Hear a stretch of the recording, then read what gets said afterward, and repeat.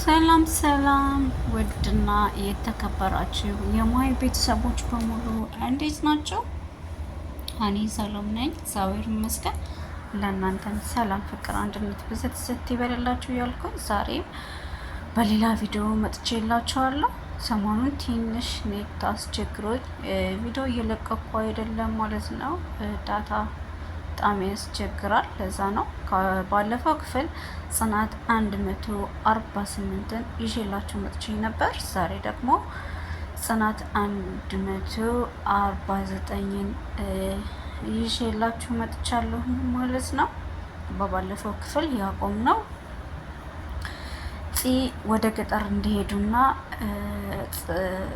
ኪራም አብሮ ከእሷ ጋር ተገናኝተው ሄዶ ማለት ነው። ፍቅራቸው ወደ ድሮ እንደተመለሰ ሁላችንም ደስ ብሎናል። ሁላችንም እናውቃለን ማለት ነው። በዛ መሀል እንግዲህ የድሮ እጮኛዋ እሷ መስክ ወጥታ በምትሄድ ሰዓት መንገድ ላይ ተገናኝተው የምታናግሪኝ ከሆነ አናግሪኝ፣ አሁንማ አማረብሽ አይደል? ይሄ ከተማ አሳምሮሻል እያላት እሺ ያንተ ሙገዛ ባያሻኝም አመሰግናለሁ ብላ በምታልፍ ሰዓት ቆሚና አናግሪኝ፣ አሁንስ እንደዚህ ያለሽ፣ ቀጣይ ስንገናኝ ግን በስርዓት ልታናግሪኝ ይገባል እያላት አንተ ደግሞ አሁንም አግብተህ ወደ ራስህ አልተመለስክም እንዴ?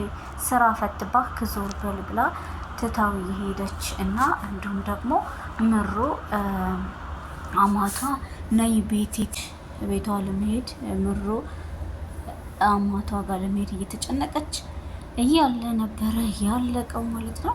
አሁን ደግሞ 149 ከባለፈው ቀጥዬ የማቀርብላችሁ ይሆናል ማለት ነው።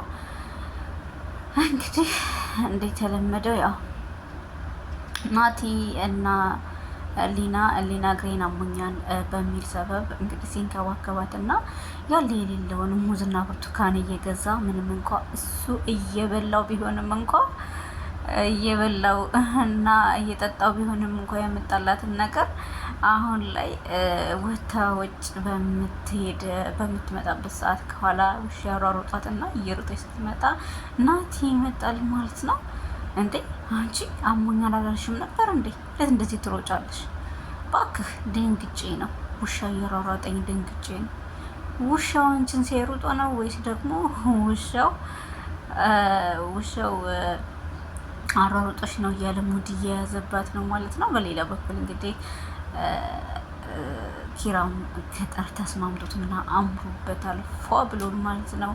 ደስ ይለዋል። የድሮ ፍቅሩ ተመልሶ ፂጋ መሆኑ በጣም አስደስቶታል ማለት ነው። እና መጥተው እንግዲህ እየተጫወቱ ያለ ዛሬ እንዴት ነው እያለ እየጠየቀው ነው። ዛሬ አሪፍ ነበረ እና ልታወራኝ እፈልጋለሁኝ፣ ልታወራኝ እፈልጋለሁኝ። አሁን ግን ሽንቴን ሸንቼ ልምጣ ብሎ ተነስቶ ትቶት ይሄዳል ማለት ነው። ተነስቶ ትቶት በሚሄድ ሰዓት እንግዲህ የድሮ የፂ ፍቅረኛ የነበረው እስከ ወንድሙ አንተ እዚህ ምን ትሰራለህ? በባለፈው መታችሁ ዝም ስላልናችሁ ነው አይደለ? አሁን ተመልሰ የመጣኸው ይለዋል ማለት ነው። ምንድን ነው? ምን ማለታችሁ ነው? አንተ ሽንታ መሆኔን ማና ሞክረኝ ይልና እንግዲህ ቦክስ ሰነዘር።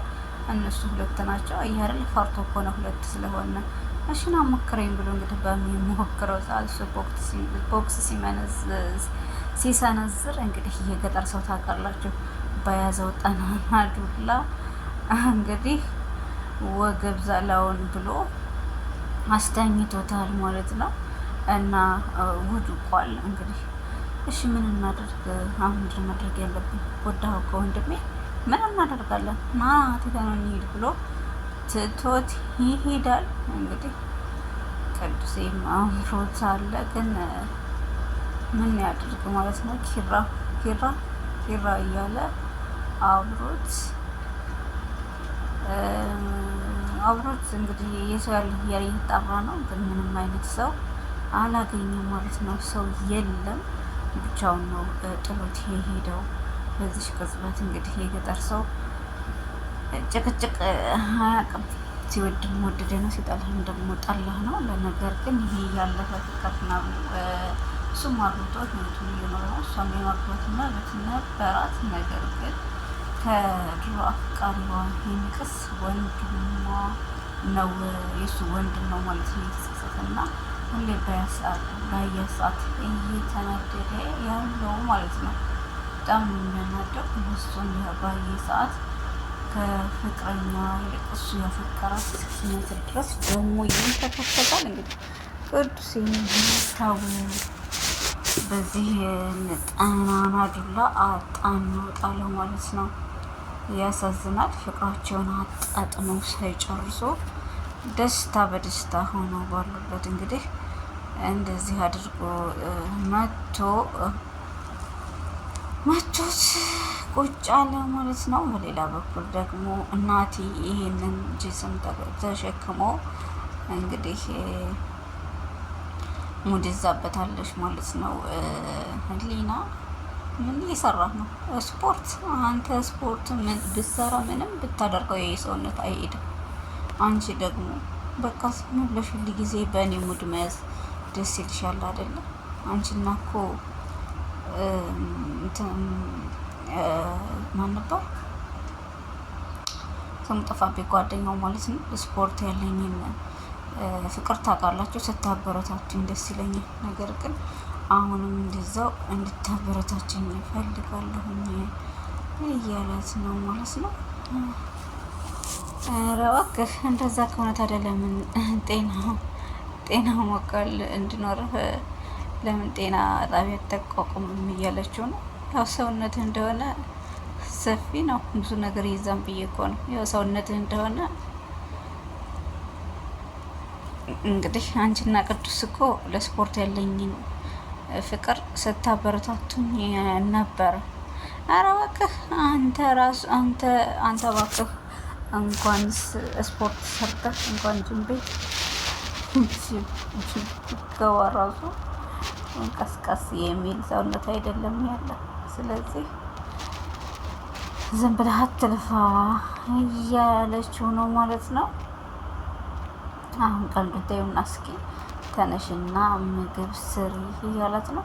ኧረ እባክህ ጭራሽ እንደ ባል ምግብ ስሪ ብለህ ስታዝነው እንዴ? አንቺና ቤት ደግሞ የሆነው እንግዲህ ስራቸው።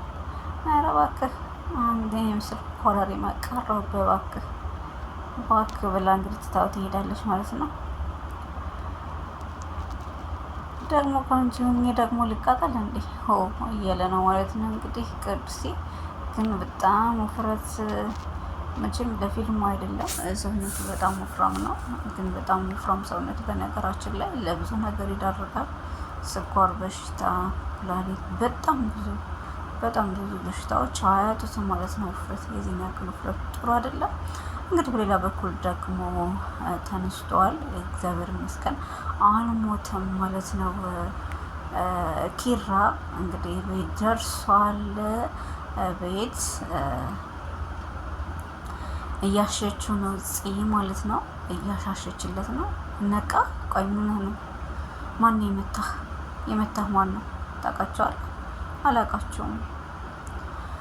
እና ማን ነው? በቀደም ከዛ ስንመጣ ከአዲስ አበባ ስንመጣ ያገኘናቸው ሰዎች ናቸው። ፈለቀ ነው ብላ ተገረመች። ነው ግን ምንድን ናቸው? የድሮ ፍቅረኛ የድሮ እጮኛ የነበረ አልፈልግም ብዬ ትቼው ሂጄ የነበረው ነው እሱ ነው። እና ጠላቶቻችን ናቸው። ታዲያ በቃ ተው፣ እሱ ያለፈ ነገር ነው፣ ተው እርሳው እያለችው ነው ማለት ነው። የድሮ እጮኛዋ እንደነበረና ሲያስቸግራት እንደነበር በሱ ምክንያትም ወደ አዲስ አበባ እንደሄደች ነገረችው። እና በሌላ በኩል ደግሞ እንግዲህ ምሩ አሁንም አማቷ ጋር ማለት ነው አማቷ ጋር ለመሄድ ብቻዬን ደብዬ ልሂድ እያለ እየተጨነቀች ነው። ሰኒ ለምን አብሬሽ አልሄድም? አብሬሽ ልሂድ ግን ሰኒ እኔ በዚህ ልክ መጥፎ ሴት ነኝ እንዴ? ኧረ አይደለሽም። እና ምራቴን አክብሬ እና እንደዚህ ሆኜ እላት እያለሁ እሷ ለምንድን ነው ለእኔ ጥሩ መጥቶንልኝ? እባክሽ እንግዲህ አንቺ ደግሞ ችግር አለብሽ፣ በዚህ ልክ በጣም የውሃት ትሆኚ ለነሱ ብለሽ ማንነትሽን አትገንቢ ብላኛለች እህቴ። እና ስታይሽ ከራስሽ ደስታ በላይ ለሰው እንደምትኖሪ ገብቷት ነው። ስለዚህ በዚህ ሁኔታሽ ህይወትሽን በዚህ ከቀጠልሽ ህይወትሽን እንዳታጭ ነው የምፈራው እያለቻት ሰናይት እየነገረቻት ነው ማለት ነው። እህቴ ለእነሱ ብላ የኖረችላቸው ልጆች እንግዲህ ለእሷ ምንም አይነት ቦታ የላቸውም። አሁን ላይ እንደዚህ ሆና ነው ያለችው እና አብዝቶ ይቅር የሚል ልብ አብዝቶ ይቅር የሚልብ አብዝቶ ይጎዳል። ስለዚህ ራስሽን ጠንከር ጻና አድርጊ፣ አትጨናነቂ። ስለሷ ክብሪያት ደጃት። እኔ ናሆም ሚስት እንደዚህ ብዬ መናገሩ ስህተት መስሎ እየታየኝ ነው። አይ እንግዲህ ራስሽን ሁኚ እያለቻት ነው። ምክንያቱም ምሩ የናሆሜ እናት በጣም በምትቆጣበት እና በምትሳደብበት ጊዜ እሷ በጣም ነው የምትሳቀቀው ማለት ነው። እና አሁን ነይ ብላ ጠርታት እንግዲህ ቤቷ ለመሄድ በጣም ጭንቅንቅ ብላ ነው ያለችው። ከምንም በላይ ትጨነቅላታለች ማለት ነው። ስለምትጨነቅላት እና ስለምትፈራት ነው ደግሞ እሷም እግሯን ዘርግታ ሁልጊዜ የምትሰድባት ማለት ነው። ልክ እንደ አረቦች ከፈራችኋቸው መቀመጫ ነው የሚሰጡት እና ኮስተር ብላችሁ ግን ስትናገራቸው በጣም ይፈራሉ ማለት ነው። በተለይ አበሻ ሰራተኛ ማለት ነው። እና ምራቶችም እንደዛ ናቸው። እንደውም ኮስተር ብላችሁ ስትናገሯቸው ይሻላሉ እንጂ ስታከብሯቸው ክብርን አይወድላቸውም።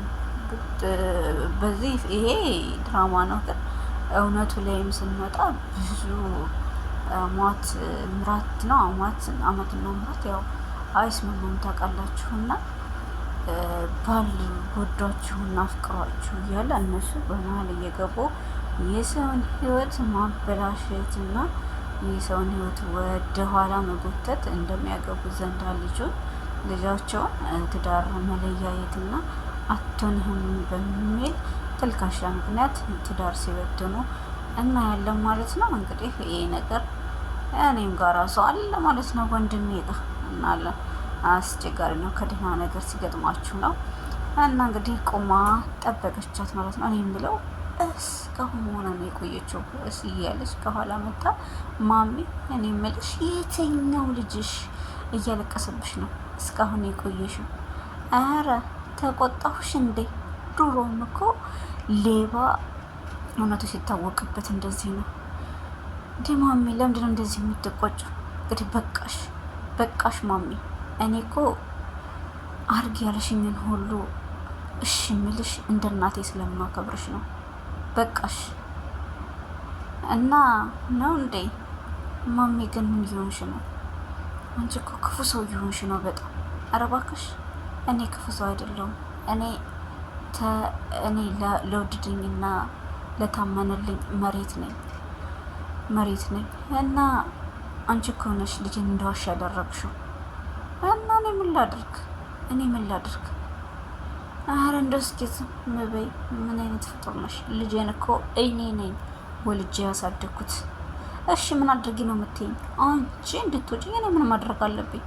አንቺ በዚህ ባህሪሽ መቼም መወድሽ አይደለም እና ምንድን ላድርግ? ስለዚህ ልጄን ተይልኝ ብላ ማለት ነው። ኧረ እባክሽ ነው እንዴ?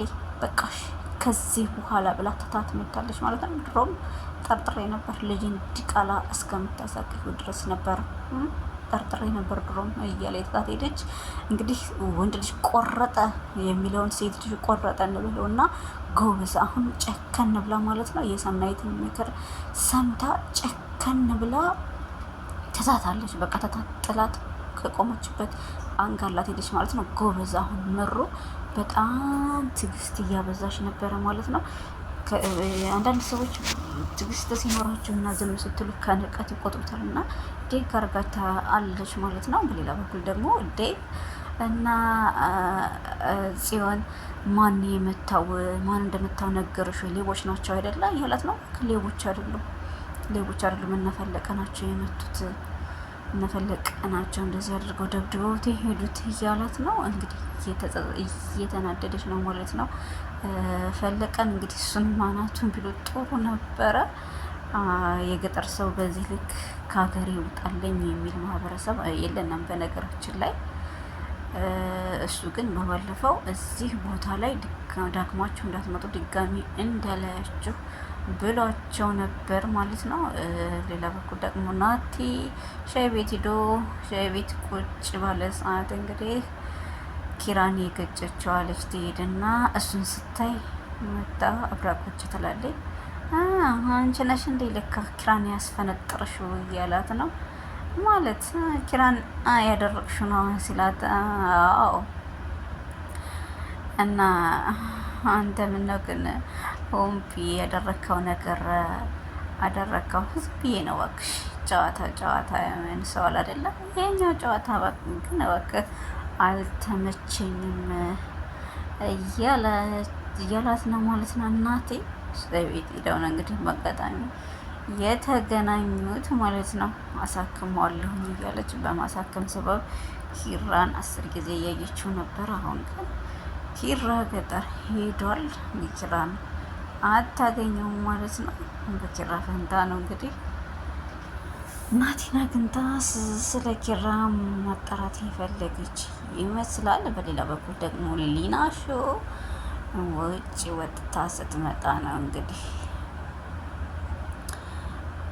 ቆማ እየሄደች እያለ ለከፋ የለከፋት አንተ ምን ግድግዳ ስሉ ቆመህ ትለማጠላለህ ምላስማ አንተ ሳትበልጠኝ አትቀርም። ዝም በል እባክህ አርፈህ ድንጋይን አታሞቅም። ስማ እኔ ሊና ማን እንደሆንኩኝ አላወከኝም ማለት ነው። ምን ነው ታቶ ልትነቀሰኝ ፈልገህ ነው? ኧረ እባክሽ እኔ ጥቁር ሰምቼ እያለ ነው ማለት ነው።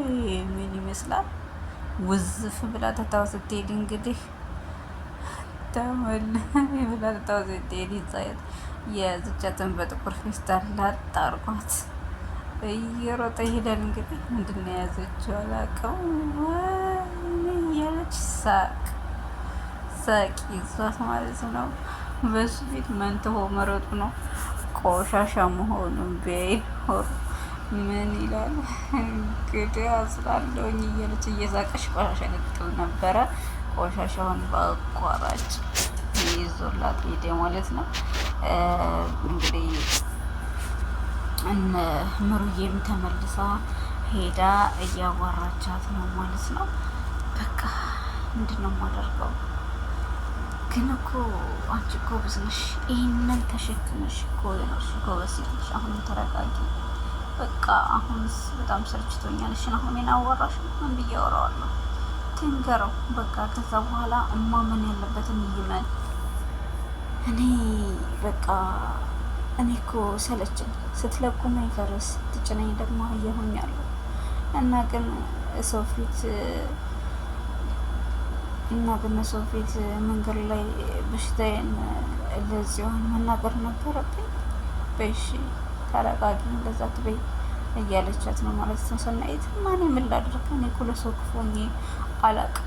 እሱማ ነው ባይሆን። እሺ ተረጋጊ፣ ያጋጥማል አይደል? ተረጋጊ ሰኒዬ፣ እኔ በጣም ደካማ ነኝ። አሁን ተነሽና እረፍት አድርጊ ስትላት አይ ቤቴ ልሂድ እንዴ ለምን ከዚህ ተኝና አብረን እንሄዳለን እያለቻት ነው። የኔ እናት በጣም ነው የምታሳዝነው። በዚህ ያክል ደረጃ እንደዚህ መፈተናው ማለት ነው በጣም ከባድ ነው፣ ይከብዳል። እንግዲህ ከደህና ሲገጥም እንጂ ማለት ነው። እና እንግዲህ ተገናኝተው እንደዛ ልጁን እንደዛ ካደረግነው አንድ የከተማ ልጅ መታህ ብለህ እንደዚህ እግሩ ላይ ትወድቃለህ እያለ ነው። ማን ምን ማድረግ አለብኝ? እና ታዲያ ትልቅ ሰው ናቸው እያለ ነው። ፈለቀ እንግዲህ አሁንም አልተረጋጋም። ጠብቀኝ እያሉት ትቶት ሄደ ማለት ነው። እንደዛ መቶት ኪራንም አልተረጋጋም ማለት ነው። ምን አድርግ ነው የምትለኝ ታዲያ? እኔ የከተማ ሰው አንድ ተመታ ብለህ ዝም ብለህ ትንቆቆቃለህ እያለ ነው ማለት እሱ እንደ ቆቅቋቃ ነገር አድርጎ ነው ያየው። ትዕግስትን ፍርሃት አድርጎታል ማለት ነው። የገጠር ሰው እንግዲህ በያዘ አንድና አንድ ዱላ ትዝ የሚል ማለት ነው። እና የእንትናን ቆሻሻ የሊናን ቆሻሻ ይዞት የሄደው ልጅ በድጋሚ ሆን ሰናይትን ያገኛትና ይጠይቃታል። ሲጠይቀዋ ምንድን ነበር እያናገርኩ እኮ ነው ምን እያልከው ነው? አይ ምንም ይላል ማለት ነው። እንግዲህ ቀጣይ ክፍል